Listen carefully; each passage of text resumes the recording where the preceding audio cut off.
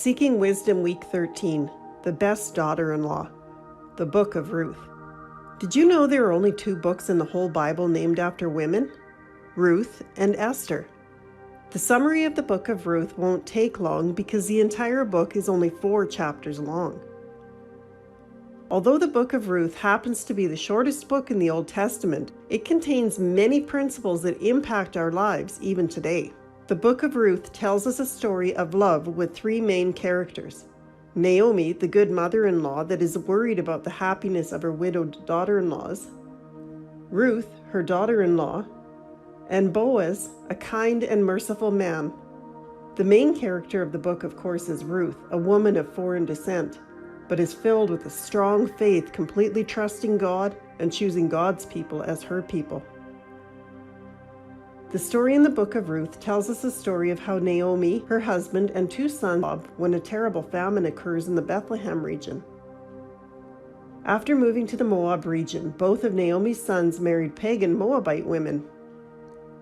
Tragedy then struck Naomi's family, and she lost her husband, both sons, and their entire fortune. Having nothing left, Naomi decides to return to her birthplace of Bethlehem. Ruth decides to follow her mother-in-law to Bethlehem, but Naomi, who takes pity on her daughter-in-law, advises Ruth to return to her family. Ruth then replies, "Do not press me to leave you or to turn back from following you. Where you go, I will go. Where you lodge, I will lodge.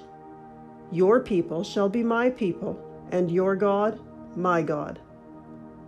Where you die, I will die. There will I be buried. May the Lord do thus and so to me, and more as well, if even death parts me from you." You must remember, Ruth was a pagan Moabite woman that decided to follow her mother-in-law to Judah as a foreigner, and 3,000 years ago, this was a major problem in their culture. But she had committed to Naomi that she would give up Moab's gods to worship the God of Israel. While in Judah, Ruth suffered miserably because the Israelites did not accept pagans in their society. And after many trials and difficult times, God devised a wonderful plan for a man named Boaz to take Ruth as his wife, give her a child, and provide sufficiently for Ruth and her mother-in-law. Why is this so remarkable?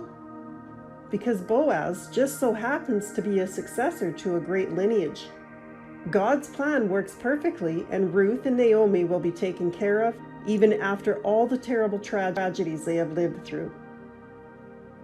This book ends with the genealogy of King David, and if you look further into the ancestors, you will see that Ruth was David's great-grandmother and became one of the 4 great female ancestors of Jesus. As we read the Book of Ruth and look more deeply into the theological meaning of the book, we realize the main topic is faithfulness, or God's love of Naomi's family.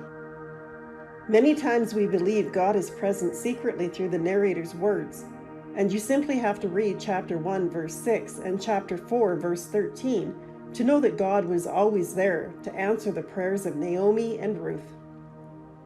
With so few people in the story, the characters are mentioned often, whether it is in praise of them or to complain about them.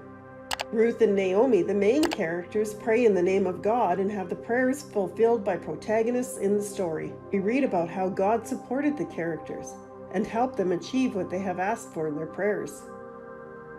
This book, on many different levels, shows how God is responsible for all the events, good or bad. It was God that ended the famine in the land of Israel, was blamed for Naomi's bitterness, guided Ruth to Boaz's field and gave her a child, and gave Naomi the riches. Throughout this entire book, it shows again and again that God leads all the events in the lives of Naomi, Ruth, and Boaz. One very important point we need to remember is God is not only the God of the people of Israel, but He is the God of all the people on earth. So when Ruth, who represented the Gentiles, decided to follow Naomi and give up the gods of the Moabites, she was invited to join the people of God.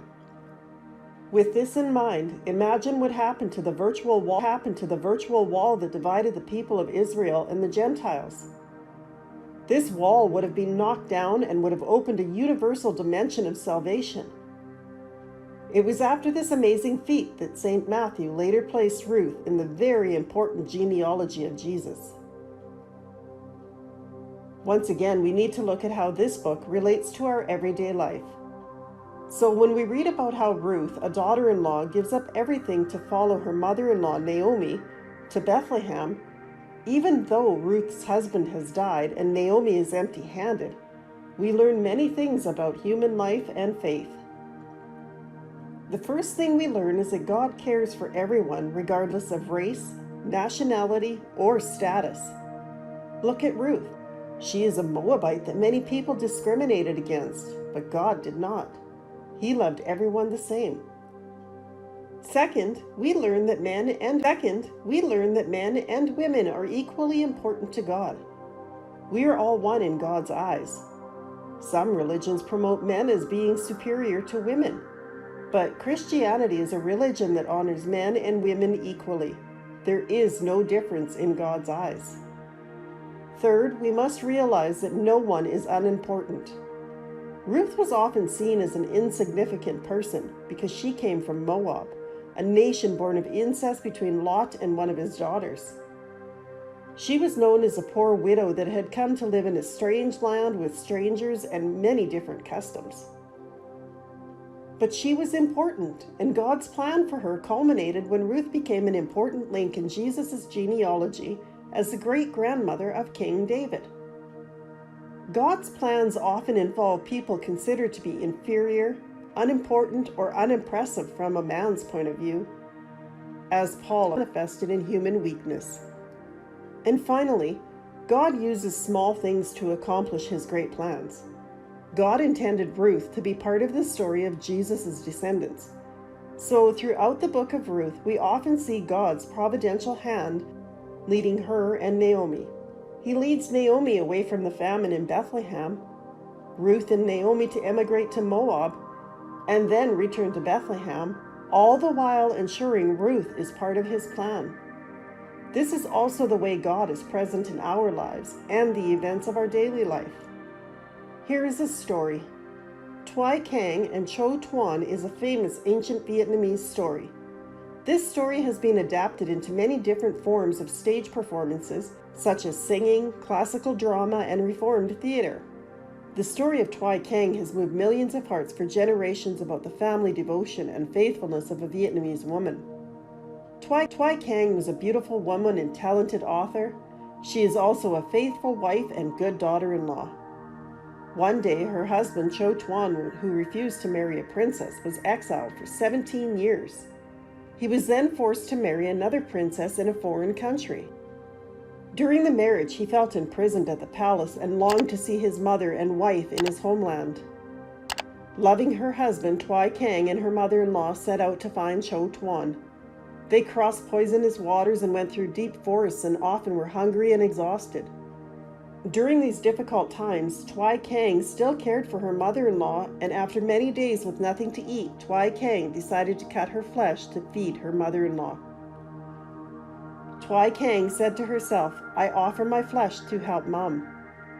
This poignant statement shows the deep devotion that she had to her husband's family and the sacrifice she was willing to make to save her mother-in-law. Despite cutting a part of her flesh off, Twy Cang still lived. This very important decision was made without hesitation to save her mother-in-law. Twy Cang cried out in pain when she cut her flesh, sacrificing her body to keep her mother-in-law alive. Maybe in this brief moment of psychological struggle, family devotion helps her overcome the extreme pain and fear.